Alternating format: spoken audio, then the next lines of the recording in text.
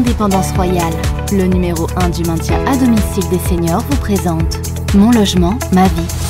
Bonjour à tous, bienvenue dans la 3e saison de Mon Logement Ma Vie. Comme lors des 2 précédentes, nous continuons d'aller à votre rencontre pour prendre de vos nouvelles. Mon Logement Ma Vie, c'est le podcast qui vous donne la parole, un programme à écouter sur indépendanceroyale.com, disponible également sur l'ensemble des plateformes de diffusion de podcasts. Et pour ce 3e épisode, nous nous rendons du côté de Briançon, retrouver sur place Gilbert, bientôt 74 printemps, veuf. Gilbert vit avec son ami, il a 2 enfants et 5 petits-enfants. Bonjour Gilbert et merci de répondre à mes questions. La première d'entre elles, comment s'est déroulée pour vous et vos proches finalement la fin d'année, notamment les fêtes de fin d'année 2020 ? Écoutez, ça s'est passé bien, c'est bien passé. Noël, je l'ai passé donc avec mon ami là, qui habite avec moi. On l'a passé chez ma fille. On a passé le réveillon de Noël et le jour de Noël à midi, on a mangé chez ma fille. Et le jour de l'an, on l'a fait en tête-à-tête chez nous, tous les deux. Ça va, c'était pas trop compliqué d'être qu'à 2 ? Ah non, pas du tout. Pas du tout. Non, nous, le Covid nous a pas trop impacté. Non, on n'est pas... Le moral est resté intact. Et je vais vous dire, ça m'a même permis de faire de la création. Je fais de la photo, je m'occupe d'un club photo. Et au début de 2020, au début du premier confinement, on a fait une photo style Baudin. On a fait une photo humoristique sur le confinement. Bon, ma foi, ça a plu à la famille. J'ai envoyé ça à tout le monde. Ça a plu à la famille et du coup, toutes les semaines, je leur ai envoyé une photo que j'avais fait dans la semaine. Et j'ai envisagé même après de faire une exposition sur les Baudins pendant le confinement. Oui, donc le moral était là, quoi. Et de manière générale, pour vous, alors comment s'est déroulée l'année 2020 avec ces 2 confinements ?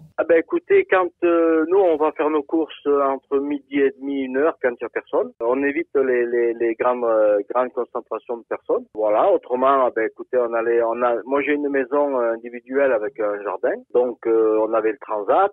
Le confinement ne m'a pas gêné. On était là dans notre gazon. On faisait des jeux, on jouait au ping-pong, on jouait à la pétanque. Puis l'après-midi, on faisait la sieste au soleil dans le gazon. On n'était pas trop, on n'était pas trop confinés. Le moral était là, quoi. Il n'y avait pas de problème. Alors, est-ce qu'il y a eu quand même malgré tout des différences entre le premier et le second confinement ? Parce que le premier, c'est vrai que c'était au printemps, avec au moment des beaux jours et tout ça, donc c'était l'occasion ou jamais de profiter du jardin, notamment. Mais sur le second, c'était un peu plus l'automne. Est-ce qu'il y a eu une différence finalement entre les deux, de la façon dont vous l'avez vécu ? Disons que moi, comme je fais de la photo et que j'aime bien aller dans la nature, j'ai apprécié le deuxième confinement où on a allongé la distance de sortie, qui est passée de 1 km à 20 km. Donc là, je pouvais aller dans la nature, aller dans la montagne et faire des photos, et donc j'étais beaucoup plus libre. Donc là, moi, c'était plus intéressant, et ça m'a pas gêné, au contraire, j'ai repris mes activités que je faisais avant. Soit j'étais à la maison, je bricolais à la maison, soit j'étais dans la nature, donc ça m'a pas gêné. J'ai pas été traumatisé parce que j'étais pas enfermé, je pouvais sortir, je pouvais être dans mon gazon. J'ai pas de jardin, j'ai un gazon. Donc non, on n'a pas été perturbé moralement. Vous me disiez tout à l'heure que vous avez donc votre ami, que vous avez vos 2 filles et 5 petits-enfants. Comment ça s'est aussi passé pour eux ? Et d'abord, est-ce que tout le monde va bien aussi ? Tout le monde se porte bien dans la famille ? Oui, tout le monde va bien. J'ai ma fille aînée qui était au Canada pendant 15 ans, qui est revenue, là, ils habitent en Bretagne. Ils ont acheté une maison là-bas, donc eux, ils sont pas trop touchés. Et ma deuxième fille était au Mans, est revenue sur Briançon, elle habite à 7 km de chez moi, là. Donc, elle travaille à 200 mètres de chez moi, là. Donc, on se voyait de temps en temps et tout le monde va bien. Non, les enfants sont à l'école, tout le monde a le moral et tout le monde va bien. Donc, cette année 2020 s'est plutôt bien passée, vous me le dites. Est-ce que vous avez par contre des craintes pour cette année 2021 ? Est-ce que vous craignez par exemple un 3e confinement ? Sûrement, il y a des chances que ça arrive. Moi, je pense qu'on l'a cherché. Parce que si les Français avaient été plus sérieux, avaient fait attention dès le début, je pense qu'on n'en serait pas là. Les gens font ce qu'ils veulent. Vous allez faire les courses, les seuls qui n'ont pas le masque sont les touristes. Voilà, ils arrivent. En ville, il y a des panneaux partout en disant port du masque obligatoire en ville. Les gens se promènent avec leurs enfants, regardent les vitrines, ils n'ont pas de masque. Alors que les gens d'ici ont le masque, écoutez, ma foi, les gens ils font ce qu'ils veulent, on y retournera. Moi, ça va pas me traumatiser plus que ça. Voilà, moi je suis dans mon gazon, voilà. Si les gens qui sont dans des appartements, eux, sont confinés, écoutez, s'ils perdent le moral, ils l'ont cherché. Hein. Quand vous voyez la partie qu'ils ont fait là à 2500, non, c'est n'importe quoi. On le cherche. Notre gouvernement, je pense que s'ils avaient fermé les frontières dès le début, comme ont fait les pays du Nord, on n'en serait pas là non plus. On l'a cherché, on l'a eu. Maintenant, moi, ça me baisse pas le moral. À bientôt 74 ans, vous êtes considéré comme une personne à risque par les autorités sanitaires. Est-ce que ça vous inquiète ou pas plus que ça? Pas du tout. Et puis le vaccin, j'attends que tout le monde le fasse et que je vois comment les gens réagissent avant de me faire vacciner. Ça fait des années qu'on m'envoie un vaccin pour me faire vacciner contre la grippe. Je l'ai jamais fait et j'ai jamais été malade. Justement, vous m'en parlez, c'est bien, vous m'emboîtez le pas, hein, c'était l'objet de ma prochaine question. Vous allez faire aussi partie, dès la fin du mois de janvier, normalement, des personnes prioritaires pour se faire vacciner.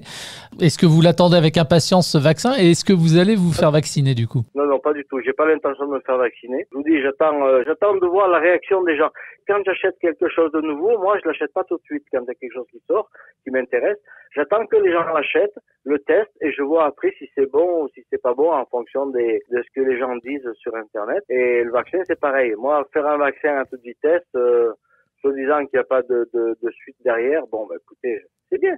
Les gens vont se faire vacciner. Moi, j'attendrai que les gens se fassent vacciner et je verrai les réactions des gens après, si c'est bien ou pas bien. S'il n'y a pas de problème, je me ferai vacciner. S'il y a des problèmes, non, pour le moment, j'ai pas l'intention de me faire vacciner. Et ils en pensent quoi, vos proches et notamment vos filles? Elles vous incitent pas à le faire ou elles vous disent « Oh, papa, tu fais comme tu veux » Non, pas du tout.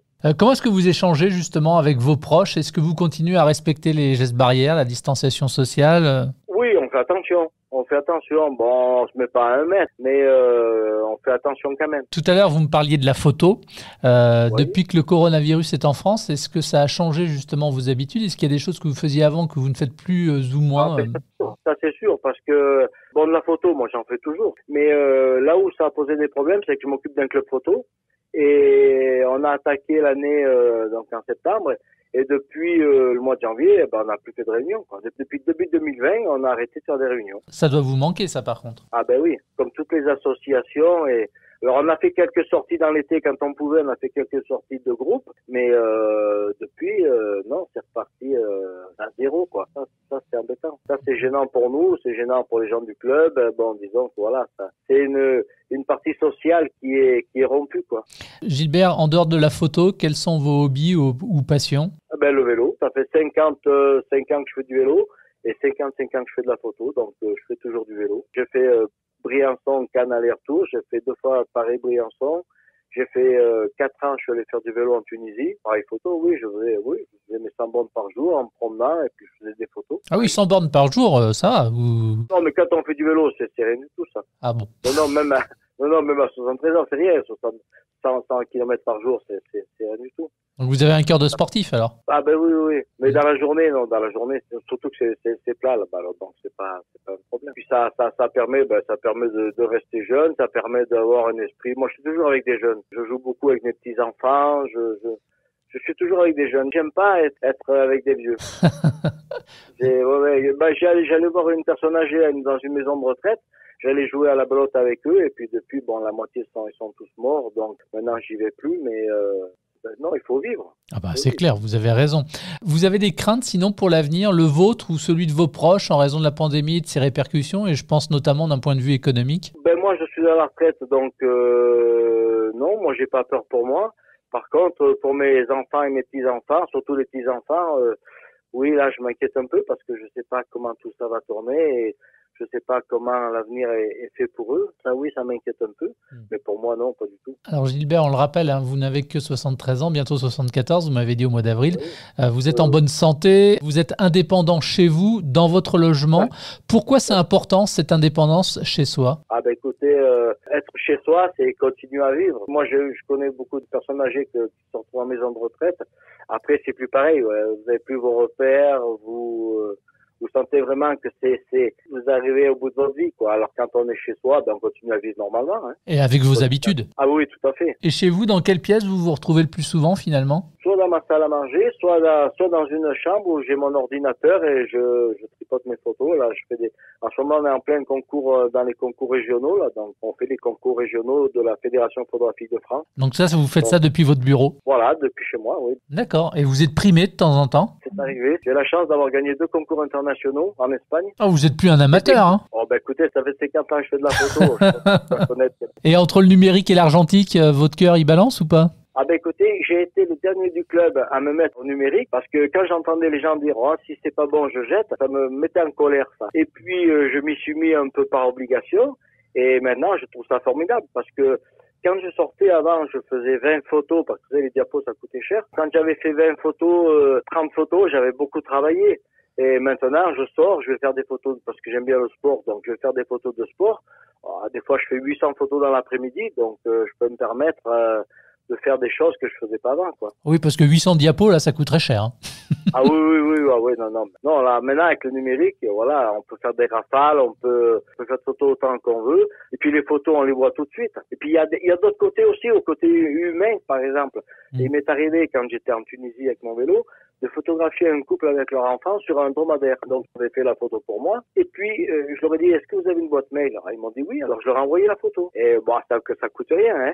Et voilà, vous faites plaisir aux gens. Alors, souvent, je fais des photos de personnes et des portraits, et je leur donne la photo. Les gens sont ravis, sont contents. Moi, je fais une photo qui me fait plaisir et je fais plaisir aux gens aussi. Gilbert, ce sera ma dernière question. Nous sommes en période de vœux. Quels sont les vôtres par rapport à cette année 2021? Alors, pour vous, vos proches, et puis peut-être, je sais pas, d'un point de vue plus général. Ah ben, écoutez, d'un point de vue plus général, parce que ça profitera à mes proches aussi, c'est que les gens soient plus sérieux et qu'on se mette vraiment à faire attention et que la pandémie arrête, quoi. Parce que si on fait pas attention, on s'en sortira pas. Si chacun veut faire ce qu'il veut, moi je suis libre, je fais ce que je veux, et puis les gens pensent qu'à s'amuser. Donc il faut se dire, pendant 2 mois, on se prive, on fait attention, et on s'en sort, sinon on s'en sortira pas. Mon vœu, c'est que les gens deviennent un peu plus sérieux, voilà, qu'on ait une vie normale après, mais avant d'avoir une vie normale, il faut avoir des privations pendant un certain temps, quoi. Merci à Gilbert, merci également à chacun d'entre vous qui nous suivez fidèlement depuis la première saison. Et si vous souhaitez réagir à cet épisode ou même témoigner prochainement comme vient de le faire Gilbert, eh bien rendez-vous sur le site internet et les réseaux sociaux d'Indépendance Royale. Prenez soin de vous et à très vite. Retrouvez tous les épisodes du podcast Mon Logement Ma Vie sur indépendanceroyale.com et toutes les plateformes de diffusion de podcasts.